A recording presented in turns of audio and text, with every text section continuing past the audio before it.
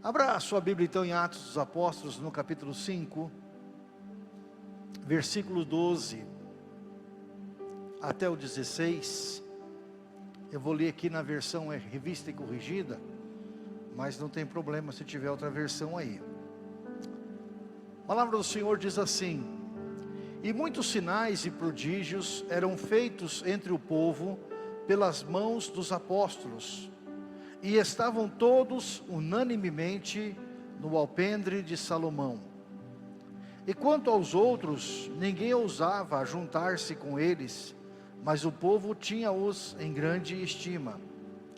E a multidão dos que criam no Senhor, tanto homens como mulheres, crescia cada vez mais, de sorte que transportavam os enfermos para as ruas, e os punham em leitos e em camilhas, para que ao menos a sombra de Pedro, quando este passasse, cobrisse alguns deles. E até das cidades circunvizinhas, concorria muita gente a Jerusalém, conduzindo enfermos e atormentados de espírito imundos, os quais eram todos curados. Amém? Espírito Santo de Deus, em nome do Senhor Jesus, fala conosco nesta noite, transmite a Tua palavra que é vida e poder, ensina-nos aquilo que é necessário, para que possamos viver este novo tempo que o Senhor tem para cada um de nós, e possamos enfrentar esses novos desafios, não na nossa força e capacidade, mas no poder do Teu Santo Espírito, para a glória do Senhor. Amém? Glória a Deus. Queridos, a palavra do Senhor é muito clara a respeito da nossa ordenança, daquilo que Jesus espera de mim e de você. Deus nunca pede algo para nós, para o qual Ele não nos capacite primeiro. Talvez você possa se sentir não tão capaz, mas se você receber uma ordem de Jesus, você pode ter a certeza de que esta ordem já está embutida uma capacitação, porque quando Jesus pede algo, Ele já nos honra com o seu pedido. Nós precisamos compreender o favor do Senhor, a glória do Senhor, o cuidado do Senhor para com a nossa vida. E esta palavra, esta passagem que está no final do capítulo 5, ela é muito, na metade do capítulo 5, ela é muito importante, porque ela está corroborando aquilo que Jesus pediu aos seus discípulos. E o que é que Jesus pediu aos seus discípulos? Ele pediu uma coisa muito simples, muito básica.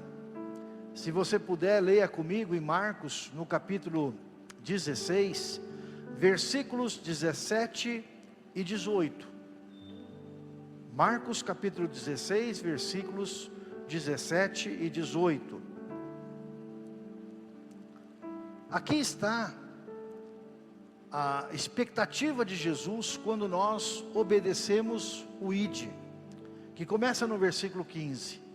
Diz assim: ide por todo o mundo, pregai o evangelho a toda criatura.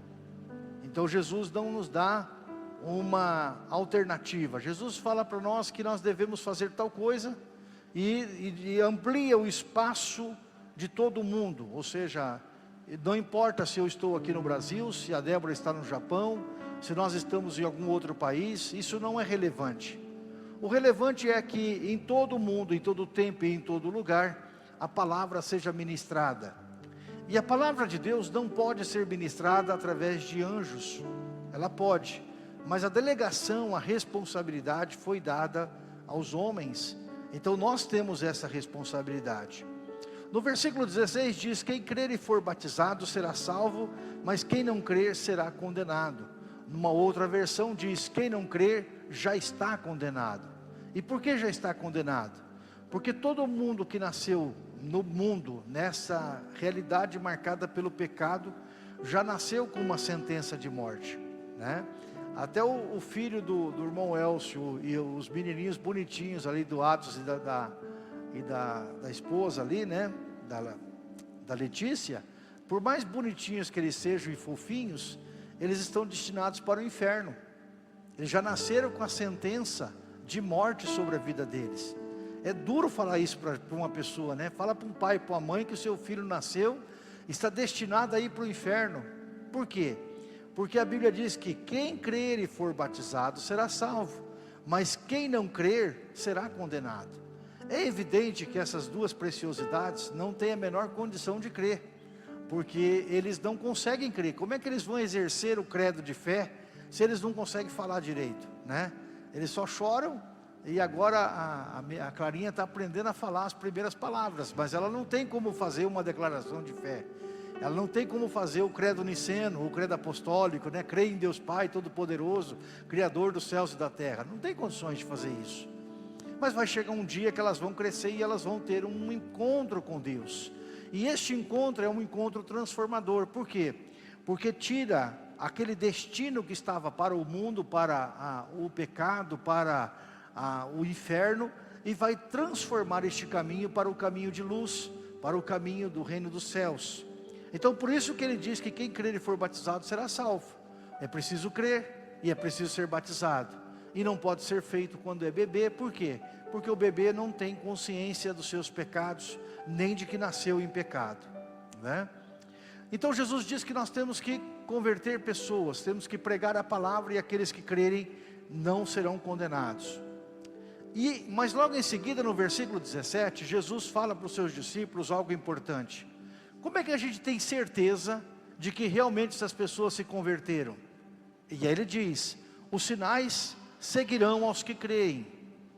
Em meu nome expulsarão demônios, falarão novas línguas, pegarão nas serpentes, e se beberem alguma coisa mortífera, não lhes fará dano algum, e imporão as mãos sobre os enfermos e os curarão. Este é o mandato e esta é a autoridade. Deus não pede para a gente fazer algo para o qual Ele não nos dê autoridade. Então diga assim: eu recebi uma ordem do Senhor, e esta ordem contém uma autoridade. Amém? A Camila, por exemplo, é gerente de uma equipe de pessoas. Se ela diz para um funcionário ir lá no almoxarifado, pegar uma peça tal, um produto tal, e mesmo que ela não dê o papelzinho por escrito, se ela tiver que dar o papelzinho por escrito, ela vai dar. Senão, basta o funcionário chegar lá e falar: a Camila pediu para vir aqui buscar esse documento, esse papel, essa coisa, qualquer coisa, não importa. E a pessoa não vai ficar questionando: para que é, para que serve, como é que é? Não, vai dar. Por quê? Porque a ordem tem uma autoridade. A autoridade da Camila como gerente do processo faz com que as coisas aconteçam. Se o funcionário for lá por conta própria, talvez ele não consiga, mas a autoridade dela consegue. Nem que o funcionário seja contra, nem que ele não queira dar, mas a autoridade dela funciona. Por quê? Porque o chefe do cara não quer arrumar briga com a Camila, né? Então, lá no Marcos é a mesma coisa. Se o Marcos lá como chefe da equipe dá uma ordem para a equipe, o cara vai pensar duas vezes para questionar, né? Agora, se parecer o peão sozinho lá, o cara diz: espera aí, para que você quer isso? Então Jesus, Ele sempre dá para nós uma ordem e uma autoridade. Você compreendeu isso? Sim ou não? Amém? Agora imagina que você pega aquela ordem, aquela autoridade, e você põe no bolso e não faz nada. O que vai acontecer? Você vai ser um relapso. Você não vai executar aquela ordem que Jesus espera. E por mais autoridade que Jesus tenha te dado, aquela autoridade não serve para nada, porque você não obedeceu. Então, para a gente poder ver essas coisas acontecendo, por exemplo, que a gente encontra aqui no versículo 17 e no versículo 18, a gente precisa obedecer. A gente não precisa ser dono do processo, nós não precisamos ter isso ou ter aquilo, nós só precisamos obedecer. Assim como o funcionário da Camila, o funcionário do Marcos, obedece, vai lá e pega a peça, ou pega o produto e traz, é isso que nós precisamos fazer. Nós não precisamos ficar entendendo, fazer um curso não sei do que, precisa fazer isso, fazer aquilo, e mais pedaço. Não, nós não precisamos fazer nada disso. Nós só precisamos fazer aquilo que Jesus pediu para a gente fazer. Amém? No ônibus, na calçada, na estrada, num acidente, em qualquer lugar. Aonde houver uma necessidade de manifestação do poder de Deus, você já está com a comissão, já está com a autoridade para interferir naquela situação. Então Jesus está dizendo para os seus discípulos o seguinte: os sinais seguirão aos que creem. Então você crê em Jesus? Quantos aqui creem em Jesus? Isso. Então, se você crê em Jesus, os sinais têm que acontecer na sua vida. Quais são esses sinais? Os sinais são Em meu nome, o que vai acontecer, irmãos? Expulsarão demônios. Pastor, isso é brabo. Não, não é não. Isso é normal. Nós vamos expulsar demônios, né? Por quê? Porque estamos rodeados de demônios. Eu diria para você que 80% dos problemas dentro de uma casa não são causados pelo gênio humano, são causados por demônios que tiram partido das nossas debilidades como seres humanos. São demônios que estão ali atuando. Quando a gente vai orar numa casa e a gente repreende demônios, o ambiente muda, porque há demônios atuando. E quem casa com endemoniado sabe como é que é isso, né? Sabe como é que é feia a coisa. Porque imagina você casar com um endemoniado ou uma endemoniada que fica o dia inteiro lá debaixo do tacão do inimigo, né? Você sofre com isso. Então, em meu nome expulsarão demônios, falarão novas línguas. As línguas estranhas não são para nós um sinal de evidência, mas são para nós também ao mesmo tempo um sinal que Deus nos deu para que nós possamos falar. Mas ele diz, pegarão nas serpentes, e se beberem alguma coisa mortífera não lhes fará dano algum. Aqui está dizendo não da coisa intencional. Você não pode subir em cima do telhado e pular de cima, mas você, se acontecer algo, você pode garantir que Deus, pode ter a garantia de que Deus está cuidando de você. Mas ele continua dizendo que imporão as mãos sobre os enfermos e os curarão. Imporão as mãos sobre os enfermos e os curarão. Aí você vai me dizer, mas pastor, eu recebi uma imposição de mãos e não fui curado. Ok, é uma realidade. Pode ser que Deus não opere a cura com a mesma intensidade. Mas o projeto de Deus é esse. O projeto de Deus é que nós imponhamos as mãos e Deus transfira, através de nós, Deus transfira o poder de cura. Deus pode curar sem impor as mãos? Eu creio que Deus pode. Deus pode curar. Deus pode te curar, por exemplo, quando você está doente e você faz uma oração, e Deus pode te curar. Mas há um processo que Deus delegou para que a igreja compartilhe, e a gente compartilha através da imposição de mãos. As mãos são muito importantes. As mãos, elas são usadas como meio, um mecanismo de transferência da unção de Deus que está sobre nós. Eu particularmente creio que quando nós como obreiros impomos as mãos, nós estamos transferindo um dom, estamos transferindo uma unção, estamos fazendo uma ponte de contato entre um corpo e outro, para que o poder do Espírito Santo flua, né? O poder do Espírito Santo possa acontecer. Então vamos voltar agora lá para o texto de Atos dos Apóstolos, no capítulo 5, versículo 12. Então os discípulos, eles receberam o batismo com o Espírito Santo no dia de Pentecostes. Nós vimos isso no capítulo 2, se cumpriu a promessa de Joel e se cumpriu também a autoridade dada por Jesus. Jesus disse, esperem em Jerusalém, vocês vão ser revestidos e quando vocês forem revestidos é exatamente isso que vai acontecer.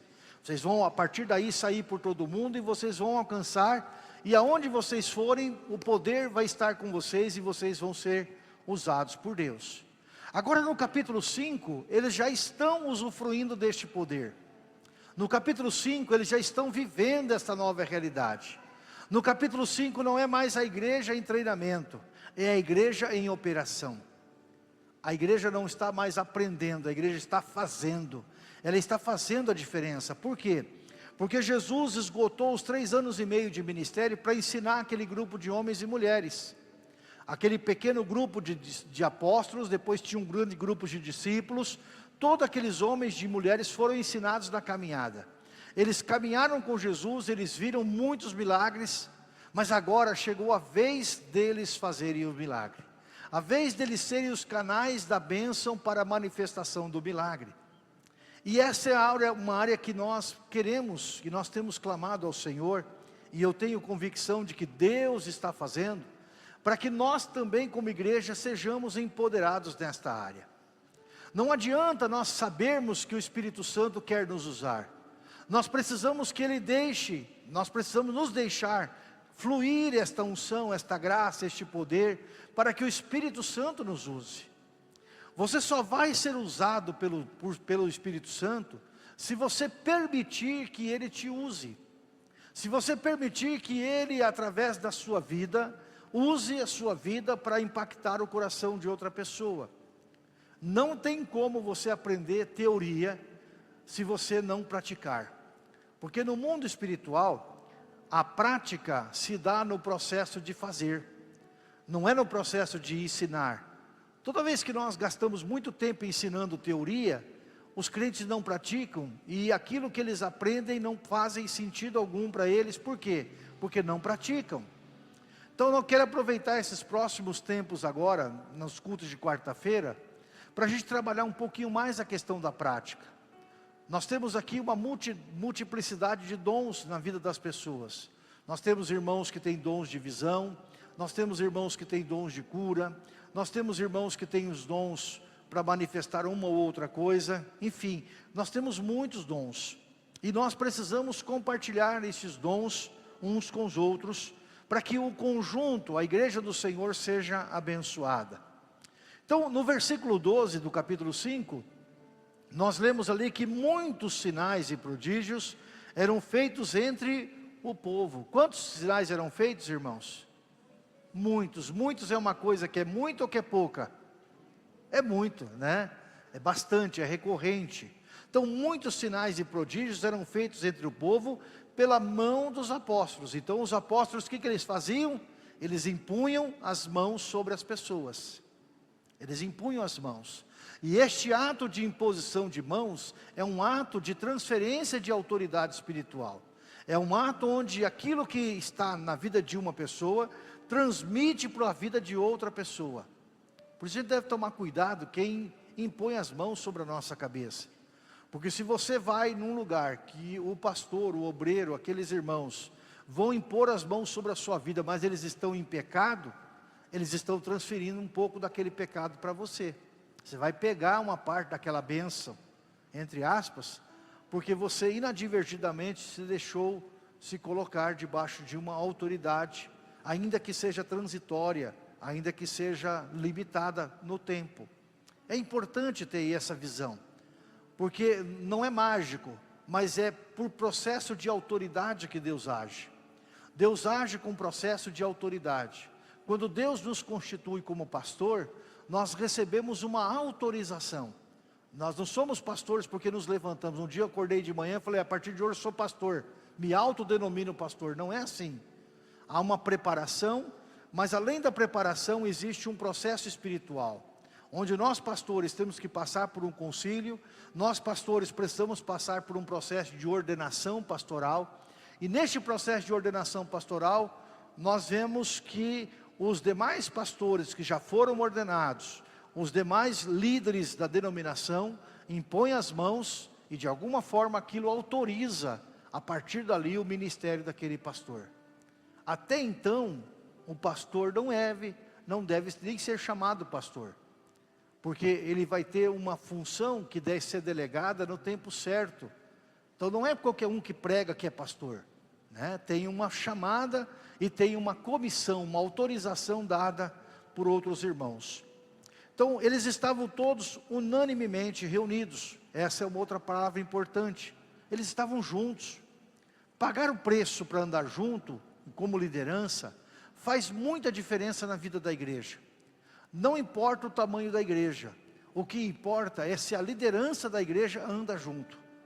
Quando a liderança de uma igreja anda junto, o poder de Deus flui para toda a igreja. Mas quando a liderança da igreja não anda junto, o poder é fragmentado e aquele povo sofre, porque a liderança não tem a mesma visão. Não tem como pessoas terem a mesma visão se não andam juntas. É a mesma coisa de um casal que só se encontra de vez em quando, né? Como hoje está o casamento moderno, né? O casal, cada um mora na sua casa, e no dia que dá uma certa carência, então se junta lá, mas depois de volta lá para a sua casa, cada um vai para a sua casa, vive a sua realidade. Isso não é casamento. Isso não é o processo que Deus determinou de liderança. Então, na medida em que nós, como líderes da igreja, né? E você que está aqui hoje é porque na quarta-feira normalmente são os líderes que vêm, você pode ter a certeza que Deus vai usando este processo para nos alinhar uns aos outros e fazer a obra do Senhor. E é então interessante isso, que no versículo 13, diz assim, quanto aos outros, quem eram os outros? Tinha o grupo dos apóstolos, que eram os 12, e tinha o grupo dos 120 lá, que ficava junto. eles, olha que interessante, ninguém ousava juntar-se com eles. O que tinha acontecido? Se você for ler o capítulo 5, no começo do capítulo 5, um dia o Pedro estava tão cheio do Espírito Santo, e chegou um sujeito para dar uma oferta na igreja. Mas o cara mentiu sobre a oferta. E ele foi fulminado na hora, ele morreu na hora, porque ele mentiu. Aí veio depois a mulher dele e mentiu de novo, e ela também morreu. Então todo mundo ficou com medo, falou, papai, esse povo aí está perigoso. Não quero andar muito perto desse pastor não, porque ele está perigoso. Fica tranquilo que, eu acho que a unção não é tanta assim hoje, não sei. Alguém um dia falou para mim, pastor, eu queria que o senhor fosse mais ungido. Eu falei, não sei não se ia ser bom para você, Porque um pastor muito ungido, e um povo que não é tão ungido assim, sobra algum problema, alguma coisa está errada. Mas enfim, o importante aqui é entender isso. O versículo 14 diz que a multidão dos que criam no Senhor, tanto os homens como mulheres, crescia cada vez mais. Por que crescia? Porque nós vivemos um tempo, e lá no tempo lá dos discípulos não era diferente, nós vivemos num tempo de muita carência espiritual. Por mais que a nossa sociedade seja hoje uma sociedade extremamente dinâmica, as coisas são rápidas, você tem acesso a muita informação, e aquele tempo não tinha, mas ao mesmo tempo as carências espirituais são enormes. Por quê? Porque o mesmo problema de confusão de ideias que as pessoas tinham naquele primeiro século da igreja cristã, é o problema que nós temos hoje. Quando a pessoa perde a sua identidade de quem ela é, a ponto dela se achar um cachorro, a ponto dela se achar um gato, a ponto da pessoa, eu já falei para vocês aqui, outro dia desceu aqui em Curitiba um sujeito com a roupa de cachorro, segurando a esposa dele pela coleira, como se fosse uma cachorra. Então quando a pessoa perde a identidade da noção de quem ela é como pessoa, e ela começa a se reconhecer como qualquer outra coisa, isso é um sinal de que as pessoas estão buscando em tudo quanto é lado, menos na fonte verdadeira. Porque quando nós buscamos em Deus, não tem como nós não reconhecermos quem nós somos. Achei muito interessante, nós tivemos uma cerimônia aqui ontem, e todas as pessoas que vieram testemunhar dizem assim, eu sou o Elton, eu sou filho de Deus. Começa com essa declaração. Quem é você? Eu sou um filho de Deus. Como é que o filho, a filha, pode não parecer com os pais? É louco isso. Mas como é que pode um filho, uma filha não parecer com os pais? Nós precisamos ter o mesmo caráter do nosso pai. Nós precisamos ter os mesmos valores. Nós precisamos fazer as mesmas coisas que atraem o coração do nosso pai. Então as pessoas, eu achei interessante ontem, eu sou fulano de tal, discípulo de Jesus, discípulo de Cristo. E essa multidão foi crescendo por quê? Porque na medida em que os sinais e as maravilhas aconteciam, as dúvidas do coração daquelas pessoas caíam por terra. A pessoa pode achar estranho esse negócio de vida cristã, vir à igreja, parece meio esquisito isso. Mas quando Deus opera, quando há uma cura, quando há uma manifestação do poder de Deus, aquilo no coração da pessoa cria uma situação em que as dúvidas caem por terra. As pessoas vão crer em Jesus com muito mais intensidade, porque não é apenas uma informação que elas estão recebendo, é algo que acontece no interior delas. Quanto mais nós, líderes da igreja, os pastores, os obreiros, os diáconos da igreja, os cooperadores, os líderes das células, quanto mais nós estamos unidos em oração, quanto mais nós estamos juntos, mais o poder de Deus flui. É como o vento do ar-condicionado, flui mais longe. E isso faz com que a gente consiga melhores resultados com menos esforço. A capacitação do Espírito Santo nada mais é do que você ter melhor resultado com menos esforço. É difícil expulsar demônio na força humana, é muito complicado, não dá para expulsar demônio na força humana, não tem como, mas alguns tentam, aí não dá certo, chama o SIAT para resolver, para levar a sujeita aí vai tratar como louco, mas não é assim. Nós da igreja não precisamos recorrer ao SIAT para esse tipo de coisa. Então as pessoas naquele tempo, elas eram curadas, e note que naquele tempo as pessoas não tinham acesso a saúde nenhuma. Hoje nós temos um pouco de saúde, acesso à saúde. Mas a gente sabe também que se for esperar o SUS resolver o problema, a pessoa morre. E por que Deus não pode usar e Deus pode curar através das nossas vidas, né? Então o resultado é que os milagres que aconteceram naquela igreja, fizeram aquela igreja crescer. E eu vou dizer uma coisa para você, quando nós começarmos a viver os milagres na igreja, a boca pequena corre, e as pessoas começam a correr para cá. Isso é natural. Se você fizer marketing e propaganda, dá algum resultado. Mas se houver curas e maravilhas no nosso meio, aí a coisa flui de uma forma diferente. E aí o versículo 15 fala de algo que é muito sobrenatural para nós. Se imaginar que dentro da igreja, no horário de culto, Deus cura, imagina a pessoa sentada na calçada. Maluco isso, né? De sorte que transportavam os enfermos para as ruas, que não tinha como caber tudo dentro da igreja, e os punham em leitos ou em camilhas, né, nas macas, para que ao menos a sombra de Pedro, quando este passasse, cobrisse alguns deles. E até das cidades circunvizinhas, né, tem gente que vem de longe. Irmãos, a unção do Espírito Santo, quando ela flui na nossa vida, é uma coisa espetacular. Eu vou trazer para vocês aqui nos próximos meses, algumas pessoas, que vocês vão falar assim, é maluco isso, é coisa de outro mundo. Vocês vão perceber o que é uma pessoa com unção. Uma pessoa com unção é um negócio tão maluco, que às vezes você traz uma pessoa na igreja, vem gente que você não convidou, vem gente que você não sabe de onde, nem a pessoa sabe o que ia ter na igreja. Eu ouvi falar, quem falou com quem? Não, ninguém falou com nada, mas ele ouviu falar que ia ter isso, ia ter aquilo, ele veio no culto. Porque quando a unção se manifesta, Deus, Ele atrai.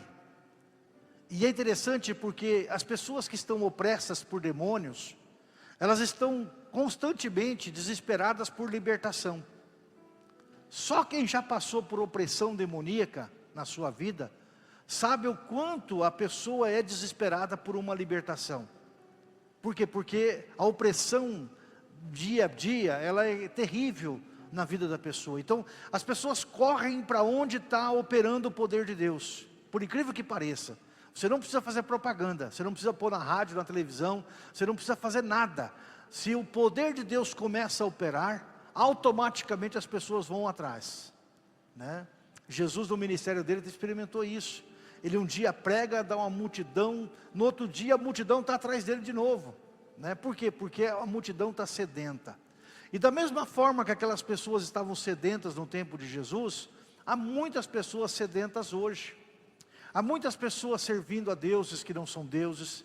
Há muitas pessoas buscando em fontes secas aquilo que só Jesus pode dar, que é a água da vida. Há muitas pessoas servindo enganadas de boa intenção, mas a verdadeira palavra de Deus, ela precisa ser pregada e ela precisa ser manifesta. Então nós precisamos fazer isso. Então a Bíblia diz que no versículo 16, que até das cidades vizinhas, vinha muita gente, conduzindo enfermos e atormentados de espíritos imundos, os quais eram todos curados.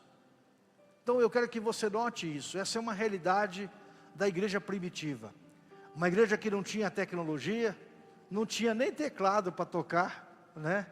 Uma igreja que não tinha estrutura, não tinha nada demais, nada de excepcional, mas eles tinham algo que nós precisamos correr atrás para ter também. A essência, a unção do Espírito Santo de Deus. E a unção só vem em nossa vida quando nós paramos e buscamos. Deus não dá nada que você não valorize. Se você ficar esperando Deus primeiro te dar alguma coisa, para depois você fazer, sabe quando que você vai fazer? Nunca. Porque não é assim que funciona com Deus. Deus, Ele te dá uma direção, Ele te dá uma ordem. Se você obedece à ordem, a bênção de Deus vem sobre aqueles que obedecem. Por que o Espírito Santo desceu em Pentecostes? Porque eles entenderam que eles deviam obedecer à ordem de Jesus. Jesus disse, fiquem em Jerusalém, até que do alto vocês sejam revestidos. Em outras palavras, o que Jesus está dizendo é o seguinte, permaneçam na minha busca, na minha dedicação, permaneçam me buscando, até que do alto vocês sejam revestidos. Porque esta palavra não é apenas para os apóstolos, esta palavra é para a minha vida hoje, esta palavra é para o meu tempo, porque hoje eu estou no lugar dos apóstolos de Jesus, você está no lugar dos apóstolos de Jesus. Todos nós somos chamados a ser discípulos do Senhor. Então, aquilo que aconteceu em Pentecostes é algo que Deus quer repetir nesse tempo. Os milagres que aconteceram após aquele evento são os milagres que Deus quer realizar neste tempo. E o que nós estamos vivendo são apenas gotas daquilo que Deus está nos estimulando para que nos levar mais perto dEle. Eu não sei se você percebeu, mas eu estou um pouquinho mais magro, né? E a tendência nossa é nos dedicarmos mais à oração, nos dedicarmos mais à busca pelo Senhor, nos dedicarmos mais ao jejum. Esse ano a gente fez 3 campanhas de jejum, né, como essa agora que estamos fazendo. O ano que vem a gente vai fazer um pouquinho mais, porque é o meio, é o caminho, é o acesso, é a forma para nós acessarmos este poder que está disponível. É a mesma coisa de você ter um voucher para fazer a compra no supermercado. Só que aí a empresa diz, você tem que vir aqui, tem que passar por todas as gôndolas do mercado. Você não pode receber em casa, você precisa vir aqui no mercado buscar. Literalmente é isso que Deus quer falar conosco. A unção do Senhor está direcionada para nós, ela está disponível para nós. Mas o que nós vamos acessar, como nós vamos acessar, vai depender da nossa busca de acessar. Ou seja, tem o trabalhar de Deus e tem o trabalhar humano. Nós precisamos receber a unção do alto, mas nós precisamos ir ao monte orar. Nós precisamos receber a unção do alto, mas nós precisamos cantar louvores com adoração. Aliás, hoje eu postei um artigo interessante sobre o que é a verdadeira adoração, o que é a verdadeira intimidade com Deus. Então nós precisamos fazer isso, de outra forma nós não teremos. O que nós vamos ter, o que nós vamos receber, é proporcional à nossa busca. Quem busca, recebe. Quem bate, a porta se abre. Quem procura, encontra. Esse é o princípio do reino. O reino de Deus é disponível para todos, mas somente aqueles que batem, vai abrir a porta. Somente aqueles que buscam, receberão. Somente aqueles que pedem, receberão. Entendeu por que é importante nós escrevermos os pedidos de oração e colocarmos aqui? Mas Deus não sabe que nós vamos pedir alguma coisa aqui? Deus sabe. Aliás, Deus sabe, antes de nós abrirmos a boca, Ele sabe o que nós vamos falar. Então, se Ele sabe, por que nós precisamos orar? Porque Deus diz que nós precisamos orar, é simples. Para de ficar inventando desculpa e ore. Faça a sua parte. Se você orar, Deus vai responder. Clama a mim e responder-te-ei, coisas grandes e ocultas que não sabes. Então tudo depende da nossa intensidade na busca. E eu me alegro de ver você intenso nessa busca. Eu me alegro de ver, eu fiquei surpreso esse ano, porque eu imaginei que eu ia passar o ano todo indo no monte sozinho. Eu já estava me preparando mentalmente para ir no monte sozinho. E eu vou confessar uma coisa para vocês, quando eu estou no monte, eu abro os olhos assim, eu começo a ver coisa, começo a ver gente naquele monte, em forma de planta, né? Eu começo a ver uns negócios altos assim, uns negócios meio baixos. Dependendo da hora eu dou uma repreendida, dependendo da hora eu glorifico a Deus, mas eu tenho Deus está abrindo isso, sei lá, pode ser coisa minha, mas eu sinto algo diferente, né? Então eu queria agradecer a Deus pela sua vida, porque você não me deixa sozinho. Agradecer a Deus pela sua vida, porque este ano a gente está experimentando esta bênção, que vai nos capacitar para outras coisas que Deus vai trazer para nós no tempo futuro. Deus vai fazer coisas grandes através de nós. Você crê nisso? Amém? E não é porque nós merecemos, mas é porque buscamos. Não há um mérito nenhum em buscarmos. O mérito está apenas em obedecermos a palavra, só isso. A capacitação, o processo, tudo isso virá nessa distribuição que Deus vai operar sobre a nossa vida. Não tem como nós nos apropriarmos dos conceitos vivos da palavra de Deus por pensamento. Ela precisa de ação. Então hoje nós vamos fazer uma experiência aqui agora, né? Eu quero que vocês todos venham à frente. E nós vamos ter um tempo de oração uns pelos outros. Talvez você fale assim, mas pastor, eu não sei nem orar direito.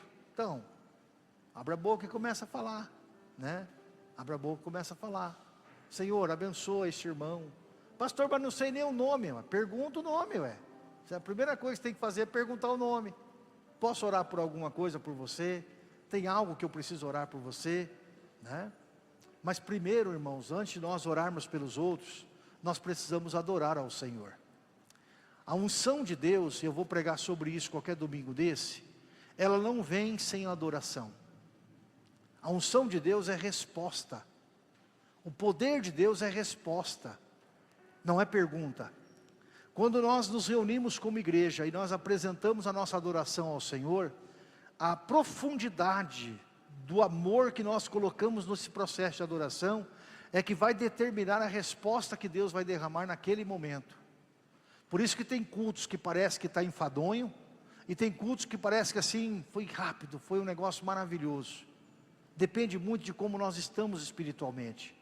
Pode ser que a gente esteja num dia conturbado, às vezes a pessoa teve briga em casa, teve aquele monte de problema, aí chega no culto, parece que está tudo ruim no culto. Por quê? Porque ela já veio com o espírito meio torto de casa, né? Já veio com o negócio meio enrolado na cabeça.